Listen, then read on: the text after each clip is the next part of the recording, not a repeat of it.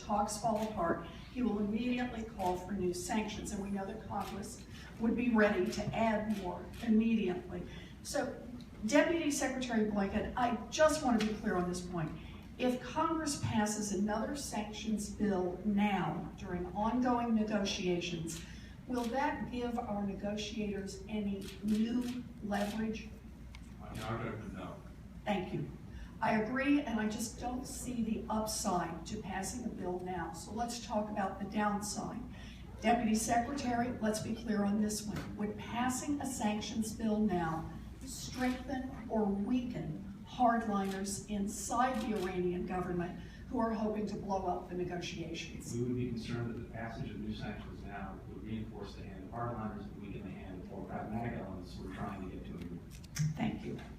We also need to consider the impact of a sanctions bill on our international partners, as you've mentioned earlier. Two experts and former Treasury officials wrote in the New York Times that it was the cooperation of our partners all around the world, quote, rather than the severity of American sanctions alone that delivered results, close quote, in the negotiations with Iran. But just recently, the foreign ministers of France, Britain, Germany, and the European Union all wrote that the new American sanctions, quote, might also fracture the international coalition that has made sanctions so effective so far. So, Undersecretary, if Congress passed new sanctions legislation now, how would that affect the willingness of our international partners to hang together to enforce the current sanctions?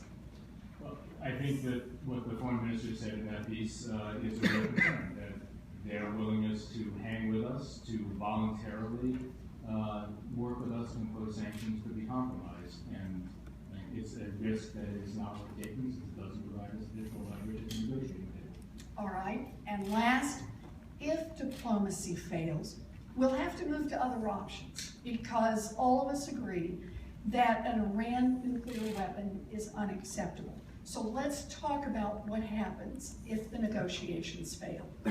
If the United States had passed new sanctions legislation before that happened, would it be easier or harder for us to maintain an international coalition to work together to keep Iran from getting a nuclear weapon? In our judgment, it could well be harder.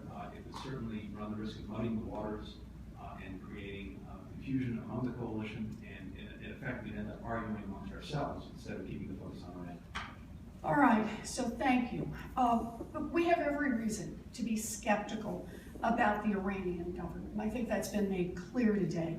But our number one goal is to prevent a nuclear-armed Iran.